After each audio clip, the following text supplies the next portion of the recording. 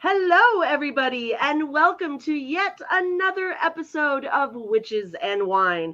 Is this mine? Mhm. This is the show where we talk about witchy stuff and we drink wine. Clink and drink. Clink and drink to our audience. Ooh. Ooh. Ooh, lordy. That's heavy. That's very thick wine.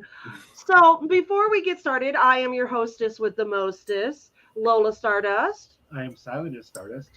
And before we get started with our show, we do a little do a little disclaimer. Some people have brought it to our attention that they don't like to watch people drink wine and talk about witchcraft. I should turn my phone off. Can you silence my phone under settings? And because it's like you're drinking wine and it's not serious, you're having too much fun. So we have this wonderful suggestion. There is an X in the corner of your screen. If you click that X, we disappear and you don't have to watch us. You have power. You have power. You have total autonomy. Yep. And we won't know any different. And we won't know any different, so our feelings won't get hurt. Okay, so before we get to this guest, I'm so excited to talk to, and we had to reschedule a few times, and I'm so glad you were patient with us. Like we were saying, life, and fur babies. I'm going to turn this over to my partner in crime, my high priest, my husband, my best friend. Silenus, why don't you tell us about the wine that we're drinking tonight? I would be happy to. Tonight, I chose Les Différents from Chateau de Ferrand. Les Différents. This is the second wine from this, the second wine of this winery. So this is what they call their lesser wine, and it is from the Saint Emilion region of Bordeaux. 85% Merlot, 10% Cab Franc, 5% Cab. Definitely a full-bodied wine, but very elegant, not overly dry.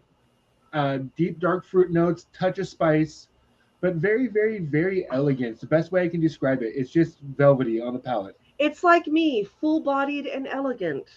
Sure. And not dry. And not dry.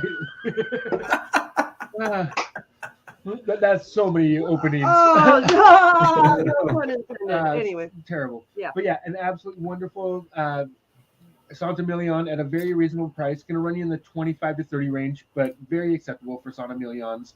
And if you're going to do a food pairing with it, something with some braised meat would be nice to go with this. Braised meat. Well, braised meat. It is very, that you said full-bodied, and because right when I drank it, I was like, I felt like the taste it fills your mouth, right? Yep. Yeah. And when I'm talking about a full-bodied wine, the way I describe the body of a wine is I use a milk analogy because we all know milks. So a light-bodied wine is your skim milk. When you drink it, it kind of just there and it dissipates and it doesn't linger. Your medium-bodied wine is like your 2% milk. It's there, it's there, but you're not still tasting it and feeling it 5 minutes later. Yeah. Where your full-bodied wine is like your whole milk, yeah. Where it coats your mouth. Yeah, and it slugs and it leaves that layer in your mouth and the feeling. So if you're trying to figure out what kind of bodied wine you enjoy, think of milk and the way it lingers on your palate, and that should help describe the wine. I like that. Thank you, honey. Mm-hmm. You learned something new on Witches and Wine. And I'm saying hi to our guest. Hello, Stephen. You made it to the live broadcast. Hello, Kahana. Congratulations. You're one of us. So, thank you, honey. Mm-hmm. I am so excited about this guest. So if you've been watching our last few episodes, we've been spotlighting the headliners and the speakers and presenters that are going to be at the Summer Magic Fest in Orlando, Florida, right? Mm-hmm. Yes. And this is one of their headliners, and I have been reading about this guy. I went and got his book. I am so excited. Coby Michael, welcome to Witches and Wine. Hello. Thank you. Thanks both of you for having me here. Super excited. Absolutely. We're very excited too. So let's dive in. I would like to talk about what I call your origin story. When did you know, like, how did this start? Like, were you out there running in the trees and picking herbs at a young age? Were you, howling at the moon as a child? Like, tell me, how did this all come to be? Yeah, it goes way, way back into my early childhood. I grew up in the garden with my grandparents, spent a lot of time out in the woods, and then, at a really, really early age, started to become interested in meditation and spiritual practice. And then when I was around probably 10 years old, my cousin and I actually had a common interest in witchcraft specifically. I think it was probably like some movies that had come out at the time or something. Mm-hmm. We were just super into it. And it's something that I already kind of had a budding interest in. So that really just kind of like solidified it right there. And then I just kind of became obsessed. And Yeah. the internet was coming out and devoured a lot there, and until I could go out and buy my own books. Yeah. So you just were born with this being surrounded by herbs and plants, and we talk to a lot of people daily. We have a daily devotional that we do, and we have several people that are in our group that are I like to call them plant priests, plant priestesses, or yeah. And one of the things that one of the people says a lot is he calls them his plant allies, and he talks about how much you can tell about what's going on with yourself from what's going on with your plants or your herbs or whatever are growing. Do you find that connection to be very, very true? Being able to almost like say, hey, my plants are looking a little wah, wah, maybe I'm a little or that kind of thing. Do you have that kind of connection? Yeah, absolutely. Yeah. And I definitely have in the past. There's a plant right behind me here, which is a Patheos, that is connected to my sister. And that's her thing. And so it kind of does well when she's doing well and doesn't when she's not. And she's had it for the things like practically it could be a teenager, I think, at this point. But, also just in how plants kind of show up in your life. I don't have a lot of like poisonous plants growing here, physically growing here, but there's a lot of them like moving through, and just seeing which ones kind of show up and stick around is surprising sometimes. Oh yeah, it's kind of like I always say that with crystals, like how crystals kind of make it into your life, like they find their way in your life. I'm starting to connect with plants more. We have people in our coven that are very, very into plants, and so like I was saying beforehand, it wasn't my thing, and I really wanted it to be my thing. And then I kind of said, you know what, if it's going to happen, it's going to happen. And it all happened with someone giving me a plant and me actually just saying, okay, let me see what I can do with this. And it seemed to respond really well to me. And so I'm like, okay, let's get another one. Okay, let's get some cacti. Okay, let's grow some more, and it just started. And now, it's so exciting. Like I said, I'm very new to this. You're more into it than I am. Well, I was going to ask, because you said you've been doing this your whole life as a kid, was there a species or genus that got you really going, like the ones that you honed in on and allowed you to expand out to what you do now? For a long, long time, it was really just kind of general gardening and medicinal herbalism, and I was very fascinated by that. And I think just like the act of physically working with plants in that way and using them for medicine kind of like it struck some kind of a chord or memory or something like that. So I just felt very called to something that I really couldn't even, put a name to at that time. And even magically, for the first probably 10, 15 years of my magical practice and self-study and all of that was very much, grounded in the run-of-the-mill herbs that we all talk about, and Scott Cunningham's Herbal Encyclopedia, Paul Vieiro, even though that one does mention quite a few poisonous plants, but it was always kind of like this fantasy sort of thing in the background that, was almost like made out to be make-believe by a lot of the sources at the time. So just kind of peeling away the shroud on that whole thing. But the very, very, very first poisonous plant that I can remember is white oleander. And that's because of the book and the movie. Oh yeah, that's a great book. I haven't read the book, but the movie, I love the movie. And that's awesome. And you said something about when you said it's like a fantasy or make believe or whatever. I always, for the longest time, I thought, when you read the books and they talk about the witch's poison herb garden, and and the mandrake coming out and talking to you, and it's very Harry Potterish, or even before that, and so there, to me, it was like, oh, I'll never be able to work with that. I'll never be able to know enough to work with that. What you said, you got called to white oleander, so that was kind of your introduction to the poisonous path, the poison path. Did it feel, was it just came natural to you? Was it like the next step in your your love of plants and herbs? Yeah, so just kind of tracing back like the earliest memory, white oleander would have been sort of the first connection between poisonous plants and just like a witchy, powerful antagonist. I guess Astrid's mom was maybe the antagonist, but yeah. Just that first sort of connection in my mind. And then it came with Gillian Owens in Practical Magic and the Belladonna, and she very much like embodied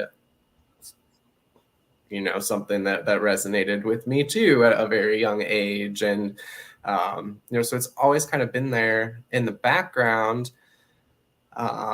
And then just sort of this realization, that there were people out there that were actually working with these plants, both historically and, kind of in modern times. And the deeper that you dig, sort of the more like crazy and convoluted it gets.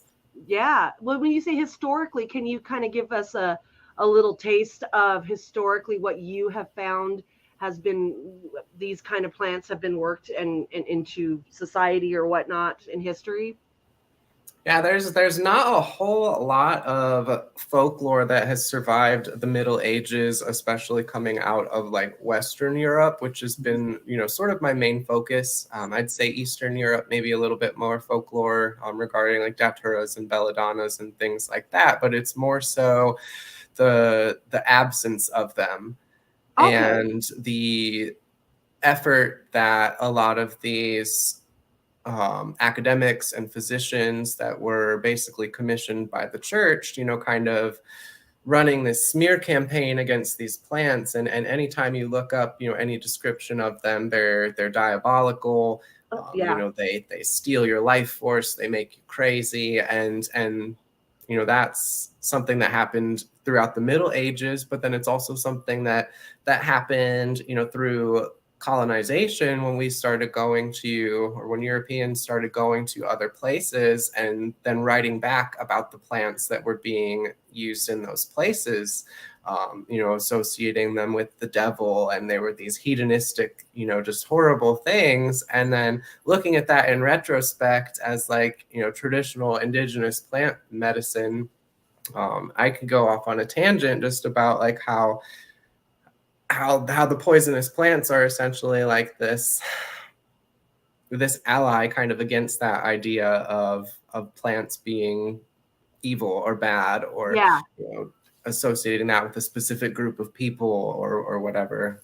It's like the misunderstood group of the plants, just like the misunderstood group of people, or the, you know what I mean? And us witches, we like, even as witches or pagans, we're the outcasts. And say it's the misfits of the plant world. It's the misfits of the plant world is kind of how I look at the baneful plants, or the poisonous ones. So of course we're going to be attracted to them. And but again, even as a witch and as someone who I do like the taboo things that even, we're not supposed to go into. But even I'm a little like hesitant about, I don't know if I want to grow these plants and deal with them, because wildlife, and can you grow them, in your backyard, living in an urban area where I feel like, and again, I don't know anything about this. So if this sounds completely naive, I am naive.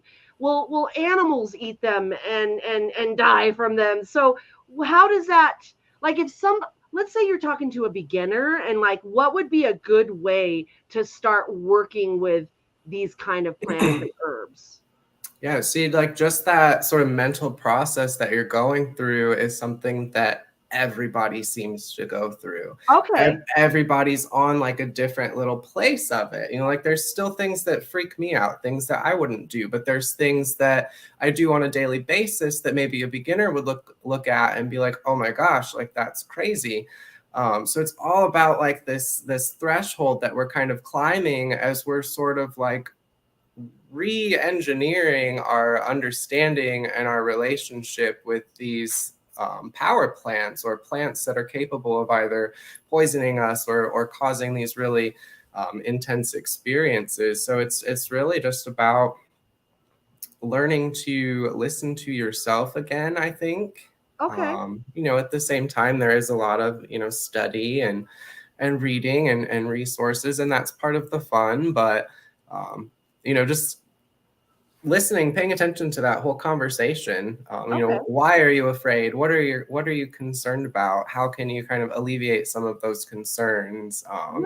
You know, finding plants out in the wild, even just brushing up against them or accidentally bumping into something, and kind of you realize, oh, you know, I didn't die from that. I didn't get a rash. It didn't burn me. And it just kind of really goes gradually from there. So it's really you're already doing it. Yeah. Well, that's good to know that I'm taking those precautions in my head and just have that desire to want to learn more, be a little cautious with it, but also don't let that fear disable me from experiencing something that I feel is such a wonderful connection with deity and spirit and whatnot. And you were going to ask something. Yeah, obviously you have a passion for this, so you've had lots of good experiences. Have they all been good experiences with these plants for you?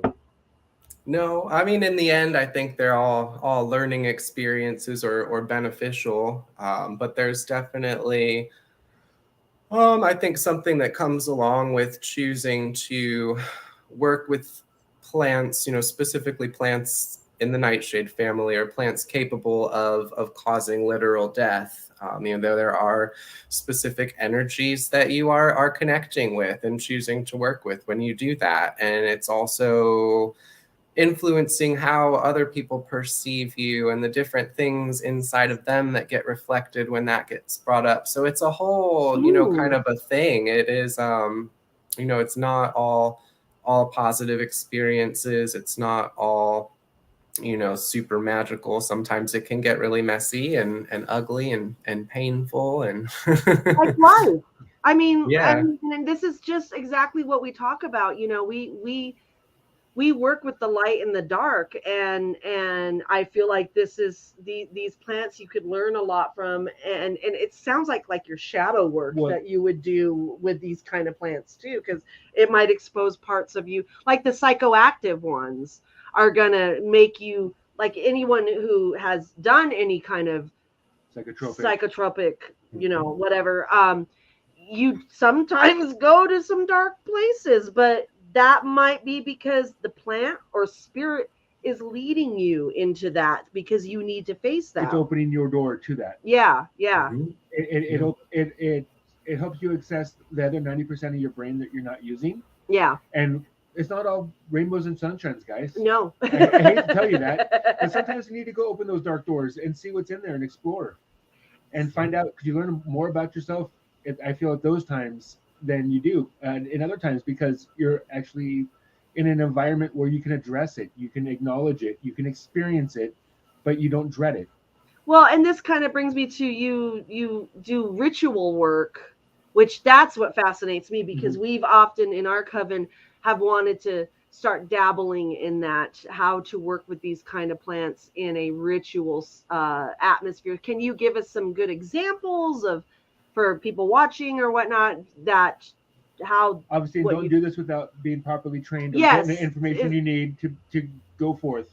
People don't just jump in and go pick up a mandrake or whatever we talk about here and start experiencing it. Learn before you play. Well, research, like he said, you gotta research. We have to research. We gotta quantify this, in case someone gets too excited and wants people picking it up and then not be prepared of what they're doing. Children, don't try this at home unless you have Coby in your house with you. No. Anyway, so how do you incorporate that into your ritual work? What does that look like?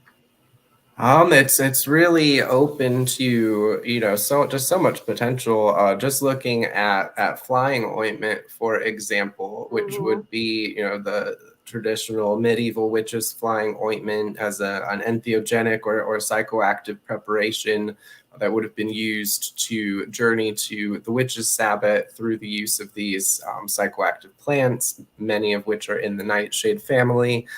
Just very much kind of connected to the evolution of the witch archetype in general. So it's a really powerful kind of tool for any kind of transgressive working or taboo, where you're trying to kind of tap into that otherness or that power that comes from, sort of going against what we're typically trained and programmed to do. One really cool thing to do with flying ointments that is not really a traditional use is employing them in energy work or in raising energy. So literally taking the flying ointment and covering your hands with it. Okay. And then through, whatever working you're doing, whether it's a group working, you could use it to connect the entire group and, sort of get everybody sort of operating on that same level of plant consciousness. Also for directing and drawing energy during like energetic healing, really, really good for any kind of removal work, pulling out parasitic entities. So thinking of it as like you're literally coating yourself in this witchy poison plant power.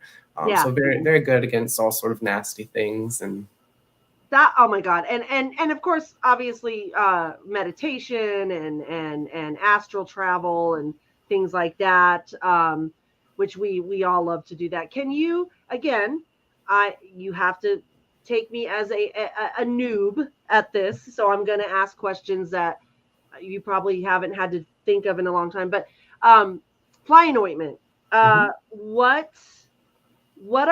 what goes into a flying ointment? I mean, I've got a couple and some are different. So what are the most popular things that go into your flying ointments? Into my flying ointments, my main work is with the nightshade family. So I mainly work with Datura, Belladonna, or Deadly Nightshade, also Henbane. Those are kind of my main three. Yeah. So usually some combination of those infused in oil. And then I do different combinations of essential oils or other herbs infused into the oil too. And that's how, people want to kind of specifically work with a specific plant ally. So I've made formulas that are kind of, within that. But you can take the poisonous plant and all of its correspondences and magical potential, and then sort of tweak it and bring out different qualities based on the other plants that you mix with it. And that's, magically, medicinally across the board. Yeah. And let's do a little plug here. Do you go into all of this in your book that I just got, the Poison Path Herbal? Can you tell us about, because like I said, I have not had the joy of reading it yet, but I have been kind of looking at it and I mean, you've got glyphs. You've got glyphs in here, which are so cool. Well, we have a friend that has been on here before named Marcus Leader. And I think you and him would have a very interesting conversation. He was trained and taught by Carlos Castaneda. Oh, wow. Yeah. And so he's had some vision quests. Yeah. So we love talking about this. But this book, first of all, again, glyphs. You've got plant glyphs in here, right? And I was looking at these. I have never, again, if other people have heard of these. I was like, poison hemlock. I was thinking about hemlock. And we got a hemlock glyph. Are these, okay, is this your creation? Or is this a known thing? Yeah, those are mine. I made them. Yeah. Yeah. And what made you come up with this idea? Like, is it like, it's like sigils, right? Is it similar to glyphs, sigils? So is this what you use in your work? And you're telling people this might be a good way to work with this particular plant and do this glyph in your ritual work? How did you come up with this? Yeah, so when I was writing the book, it was almost kind of like, how many different ways can I present this to people or sort of inspire people different ways to work with the plants, to connect with their spirits differently. So that was kind of one of them. And they were created in a ritual process where I would work with that specific plant spirit, and then take its scientific name and then break that down into all of its rudimentary parts and smush it back together, and create a sigil that could be used in meditation to connect with the plant spirit, the overarching kind of genius of the plant, even if you don't have one present, or to also kind of tap into its different characteristic correspondences. And I think that you said even if you don't have access to that particular herb or plant, you can use this glyph to have the connection to that energy. This is so awesome. That was I love it. Because in this whole conversation, I've been thinking about poison hemlock, because that's something that we have in our neck of the woods. Yeah. It's available to us as one of the the taboos plants, and I know that can be highly lethal. But so the fact you have a glyph of it, so people can engage that source without actually having to engage with the hemlock, because isn't that one of the more dangerous ones out there? Yeah, hemlock is one that is super dangerous. Hemlock was used in the ancient world to execute criminals. It was used to kill Socrates. So it is one that will definitely kill you dead if you ingest it. Oh my God, yeah. Yeah, it has been suggested that hemlock was an ingredient in the witch's flying ointment, and that it can cause the sensation of either moving through the air or having fur.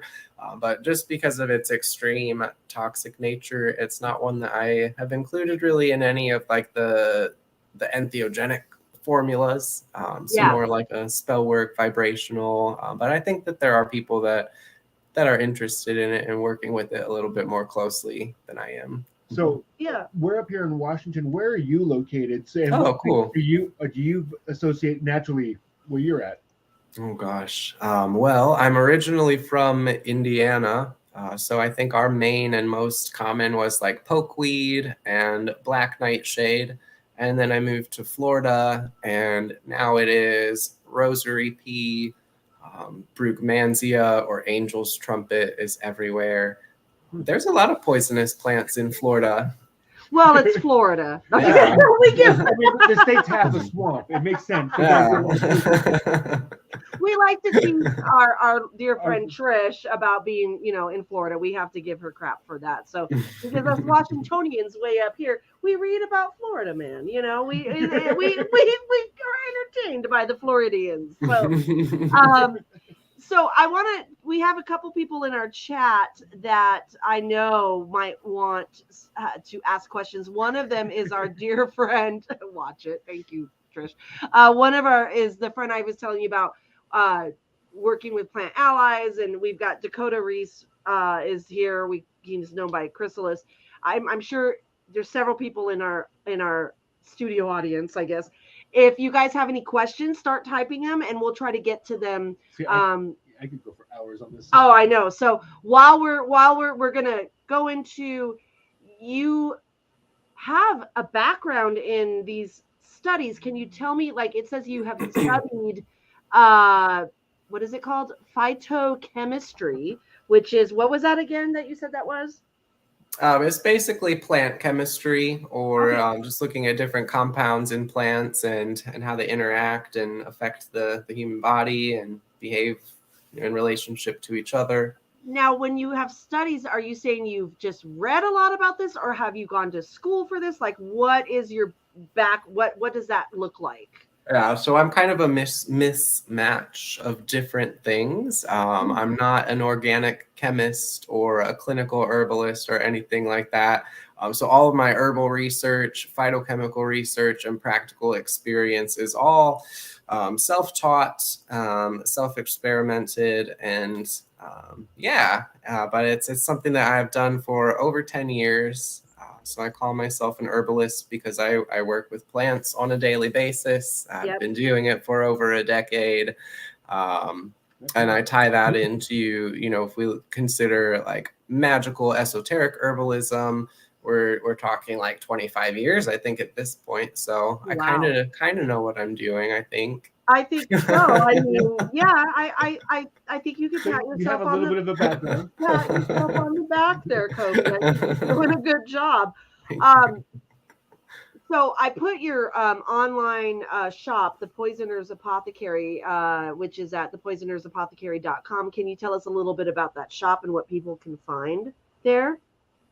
Yes, that is where all of the herbal formulas are found. So you can find nightshade oils, datura, henbane, belladonna for ritual use, a variety of different flying ointments, flower essences, which are more of an energetic or vibrational option for working with poisonous plants. There's usually around anywhere from 100 to 150 different things on there, from more talismanic jewelry to ritual tools, all kind of tying in the baneful herbs. Yeah, I was taking a look at it and I was like, oh my goodness, we've got some money, honey. Let's order some stuff. Oh gosh. Fellow pagans, people. Support your fellow pagans. Yes, So, thank do you. you identify as a witch? Yeah, Okay. definitely. I mean, it's definitely been a journey. I've identified, I think, as a lot of different things. Yeah.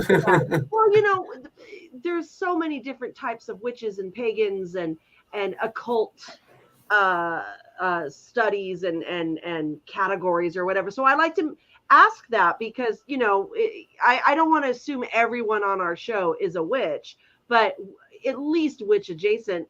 I see that you have also a background in religious studies. Can you kind of touch upon that real quick? Yeah, I went to Arizona State University online for religious studies. I majored in medieval European history, minored in philosophy, and I think there was one more thing I was going to add to that, but yeah, I did that. I went to school for paralegal studies. I've studied foreign language. I did cosmetology. I taught cosmetology. Nice. Like I've just bounced around from a lot of different things, but they've all kind of weirdly fed into what I'm doing now. So it's all good. I love that because, I found for me, I have a lot of theater background. I have some writing background. I like to perform. And I've been able to work all that into ritual work doing this show. So I think it's really cool when we find our backgrounds can. What the heck was that? Oh, okay. We have a new puppy, and she's not happy being in the little kennel right now. But if we didn't have her in there, she would be pooping and peeing everywhere, and that just wouldn't go with the show. Yes, I said poop and pee on Witches and Wine. We can drink to poop and pee and poop. Hello. We're ridiculous. We're ridiculous. Yeah, go ahead, honey. I was like, I used to study poli-sci, and I have computer programming degrees, and I sell wine for a living and run a coven. Yeah. So you never know what you're going to end up doing. With your degrees, and if you're ever going to use them in life. Yeah. It's pretty awesome. Can we talk a little bit about American folk magic? Because I see that because this is something that I've seen several people have as their interests or their knowledge base. And I always forget to ask about it because I'm fascinated with it. What is American folk magic? What does that mean to people? That we have people on all levels of knowledge with experience. So what is American folk magic? Gosh, I think it would be different depending on every single person that you ask. There's African American folk magic, Appalachian folk magic. You could even consider like curanderismo, different traditions throughout the Southwest as folk magic.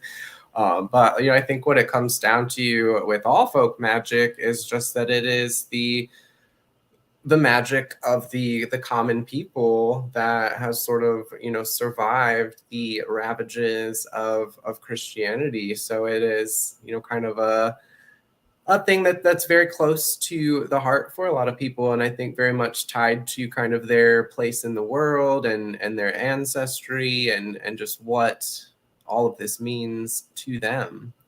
Have you found a lot of herbal and plant work in these different types of folk magic? I know you're going to say yes, but can you expand on like the different types that you just named and what kind of work they do with herbs and plants and what you found?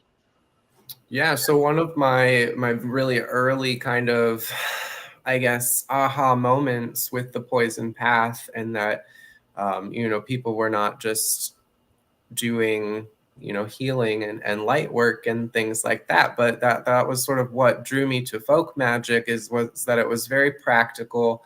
It was very much about survival, getting what you wanted, getting what you needed, protecting yourself. So it was through in school I was studying conjure, root work, African American traditions in the South, and it was kind of through like this discovery of putting live things in people, or putting like poisoning people through their feet and things like that, that I was finally sort of interested into this harmful kind of side of magic, of using poisonous ingredients sympathetically for their harm-inducing properties, or even protective properties. But that was sort of the first, like, okay, like there is something to this. And so I started to kind of look into other more folkloric practices. And that was also kind of right around the time that traditional witchcraft was really becoming popular, and a lot of the publishers were putting things out. And so kind of looking away from some of the more mainstream sources, that was where I found the plant medicine, the poison plant lore, and all of that I was looking for.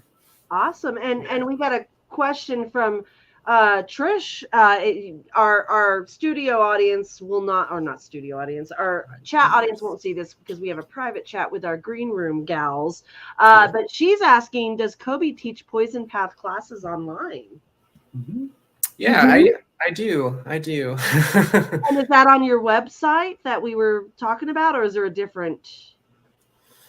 So the most comprehensive class is a work at your own pace class that can be found on a website that is learn.thehouseoftwigs.com.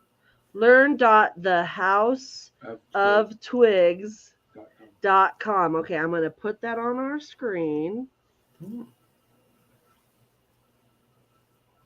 Well, where is it? There it is. Okay, thank you. So that is what does that entail? So there's a lot of different classes that you can find on there in addition to mine. Basically, it's a work at your own pace kind of Poison Path intro class that goes over all of the important kind of terminology and concepts that you need to know to start studying about poisonous plants, and then going through, of course, a lot of the plants in particular, looking at their medicinal properties, their magical correspondences, how they affect the body, mind, spirit, all of those things. So it's very text heavy. It's a lot of reading. There are a few videos, but you get access to all of that, and you can do that just kind of whenever you want to. That's really, really awesome. And remember, everyone in our chat, if you have any questions for Coby, please start thinking of them and typing them, because we've got a few more things we want to talk about. So I want to make sure, I know I got plant and herb people, that if you got questions, type them now. I want to talk about this conference called the Botanica Obscura Conference. You are the founder of this conference. Can you tell us what this conference is and when? Yes, I started the Botanica Obscura conference last year, so this will be the second year for it.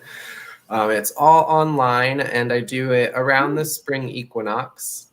So this one is going to be over the course of an entire week. So we've got 30-ish different presenters, various different plant practitioners, psychedelic integration therapists, psychedelic witches, historians, a lot of Poison Path people. It's a very Poison Path heavy conference, but not strictly that. Yeah. So and it's online.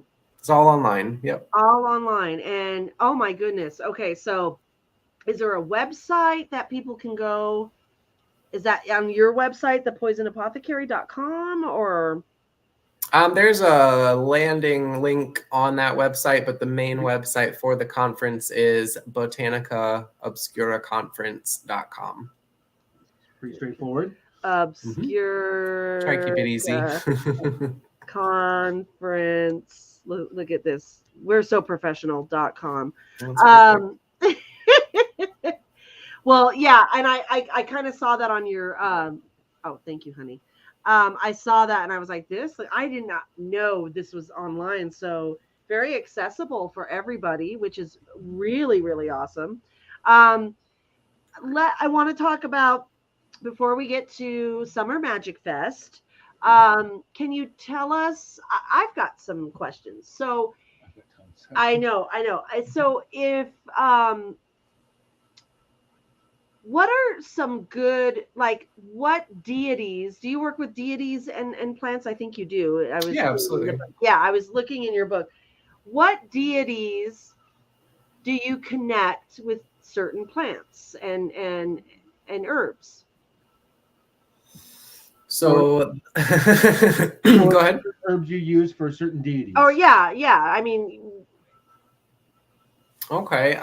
So I follow Hecate a lot. Yes, yeah. She's known for the mushrooms. The mushrooms and a lot of these poisons. So because I'm very much into her, and that's why I always felt like I need to be more into this, because every priestess of Hecate that I've read about and studied works with the poison path, and I'm like, I don't know. So I'm kind of, that's why I'm asking, is what other deities and whatnot. Hecate is kind of the main sort of patron or mother of poisons. Yep. She is the sort of the source of poison plant knowledge in a lot of ways, and was the one who taught the ancient the pharmakeia in the ancient world, these women that were knowledgeable about poisonous plants and psychoactive preparations, that were kind of at one time these religious leaders sort of sanctioned by state religion, but then that kind of being taken out of that context then became demonized and it became witchcraft. So as she was sort of very much connected to that very early form of the poisoner witch archetype. Yeah. And what other gods do you have a particular pantheon that you prefer to work with when it comes to herbs, or are you kind of all over? More of a folk magic approach when it comes to walking with working with deities. Two that I have on a mushroom altar right now that have been around for a little over a year are Asclepius and Hygeia. So they've got their snakes, and the snake is very important. Yep. Absolutely. For the healings. Yeah. And and I think of the venom. I always like to think of these poisons. I mean, they, when people who aren't familiar with like taking mushrooms and whatnot, it poisons your body, and that's why you're hallucinating, and that's why. So in order to have enlightenment, you have to almost come to the brink of death. Well, you got to break the barrier. You got to break that barrier. So that's why it's fascinating, because we come from a history of enjoying that kind of stuff. Not so much a lot now, because we're old and responsible parents, but sometimes we still partake. But don't tell anyone. But yeah, so it'll be between us and our everyone viewers. that knows us. Yeah, and everyone that knows us. Clink and drink to hallucinogenics. We have a previous episode that was not our best episode. Oh, we did an episode on Witches and Wine about hallucinogenics, and we had partaken in mushrooms while we were talking about it. Yeah, not our proudest moment, but we. It's a great episode to watch. We're not proud of it, but you guys will enjoy it. Can we do it again? You've got questions. I've got questions for days, because I am all about the poisonous plants, psychotropics, mood enhancers, all the different things going on. So I can, I believe it's episode 26. Oh, you remember the episode? Just look back at our early episodes. You'll see it. It's called hallucinogenics and the craft. But yeah, Trish was asking. Yeah, I believe it's episode 26 or right around that stage. In the 20s. Anyway, but so I have done a lot of exploration, both in books and in personal experience with as many as I've been able to come across. Definitely haven't come across all of them, but especially on the psychotropics, I know you talked about how there's the poison side and there's the psychotropic side and then there's the healing side. There's different ways that you use them for it. What I don't want to say which one should people go use, because that's not the right question. If someone were to open this path for themselves, is there a direction you would point them towards? Like a beginner's, if they wanted to have a little bit of experience with that, but not be like, we don't want to be like, hey, go out and take a bunch of mushrooms and trip balls, whatever. Well, there's a classic Amanita. Mm-hmm. Everyone's has heard about it in the Muscaria Amanita. When you look at the witch's mushroom, that's what's always going to pop up. Mm-hmm. But that's an experience for a lot of people that they may not be ready to have. Is there something less volatile for someone to maybe experience this with? I was going to suggest the mushrooms, including the Amanita, which is a medicinal unregulated mushroom, where we might run into regulations with some of the other ones depending on where you're at, that might be a little prohibitive. But I would say the mushrooms are maybe a little bit more forgiving than the tropane alkaloids, definitely, in the nightshade family. And when it comes to mushrooms, I would start microdosing, small amounts, just kind of getting a sense for what's going on. And you can get a lot of benefits from that. But when we're talking about, actual psychedelic experience, I would say things like cannabis, mushrooms, even wine can be entheogenic. It's all about how it is employed, but these nightshade experiences on an entheogenic level are often very, very intense, very jarring, and can cause a lot of issues that kind of reverberate out into a person's life. So it's not for everyone. No, definitely not. Yeah. And if anyone's watching this and trying to explore this, make sure you're in a completely safe environment and make sure you have someone there to babysit. Yeah, I mean, you need an able-minded person there to help with your experiences. Who's done it before. We are not promoting that you just go out and start, eating strange plants and don't do that, please. We don't want to say that. People have already complained that we drink too much wine on the show. Now they're going to go, they're promoting hallucinogenics and tripping on plants, and it's like, we're not saying go do it, but we're saying if you want to experience what the classical witches experienced and gave to their patrons, their people that they helped medicinally, you might be able to explore this avenue. So before we start talking about Summer Magic Fest, I do want to talk about, I keep flashing your book, but you have a couple new books coming out. You want to talk about what's coming out? You've mentioned a couple books. Yeah, the one that's coming out next is the Leo Witch with Llewellyn. I co-authored that with Ivo Dominguez Jr. And then there's we had him on a couple weeks ago, didn't we? Yeah. Wow. Yeah. Nice. I definitely enjoyed talking with and can't wait to talk with and get to meet in person. Yeah. He's an awesome guy. And yes, that comes out in October. October, okay. Mm-hmm. And you were saying something about a Poison Path grimoire? Mm-hmm. That'll be the second book. The sequel. The sequel? Yeah. Part duh. Mm-hmm. Okay. Awesome. Well, we don't have any questions. Maybe all our viewers are very well versed in plants, or they're in awe.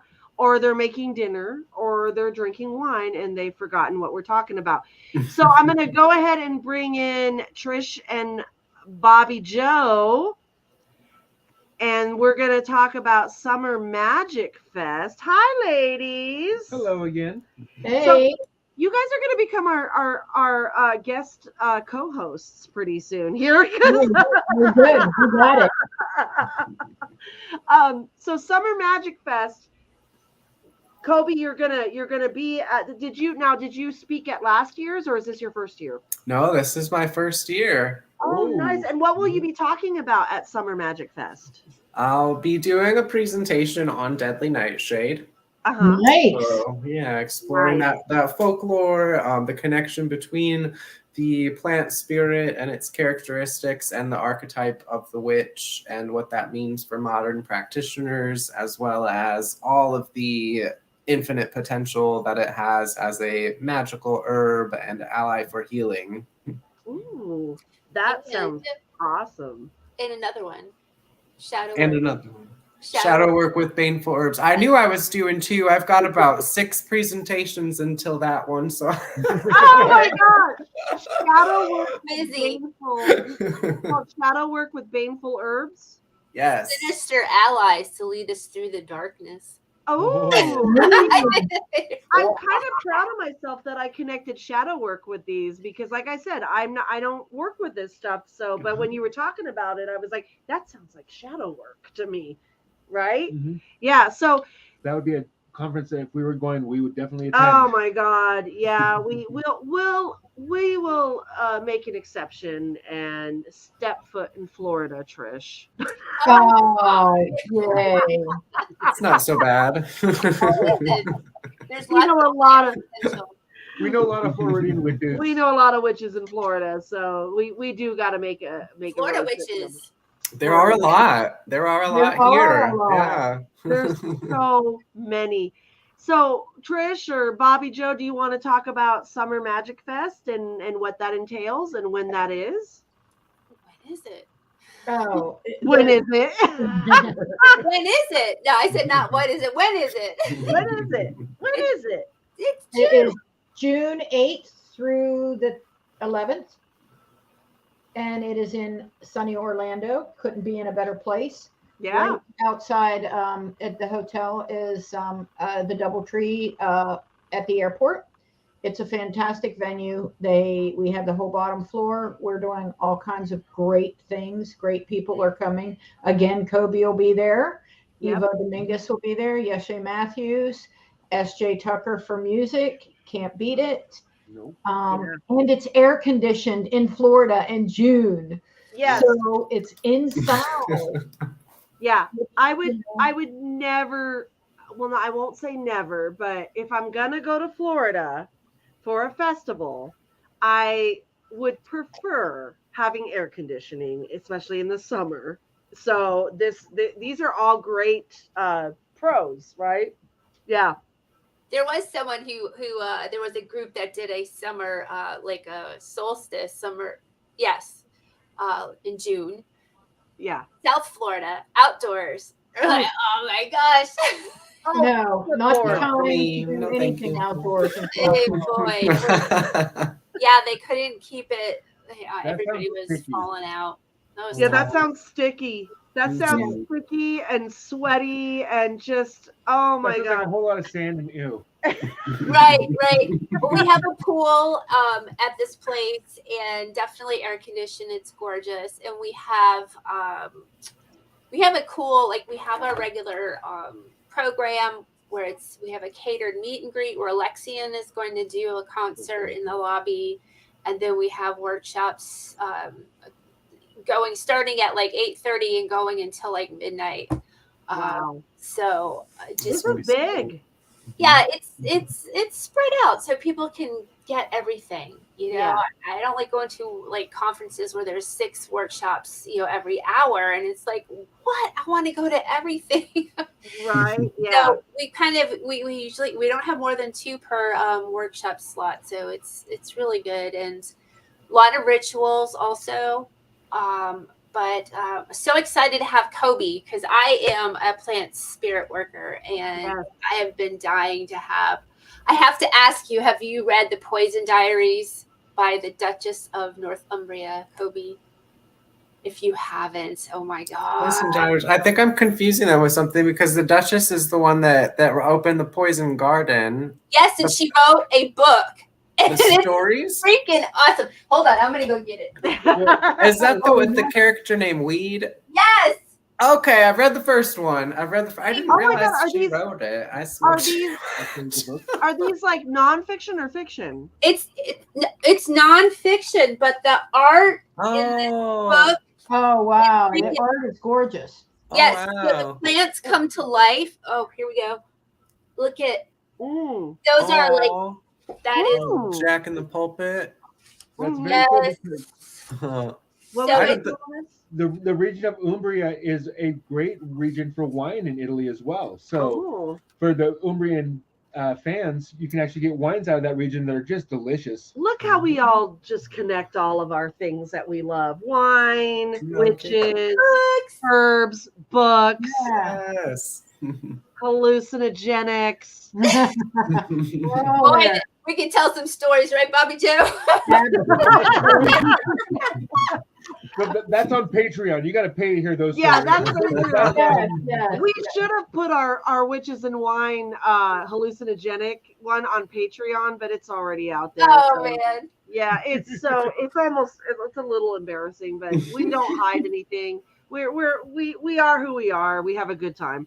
Can I ask you a really quick question? This keeps coming into my mind. Personalities of your poisonous plants. If you were to assign like personality, like, you know, is so what would you say, like belladonna plant? What kind of personality would that be? Give us a one-word summation of personality type that would be belladonna.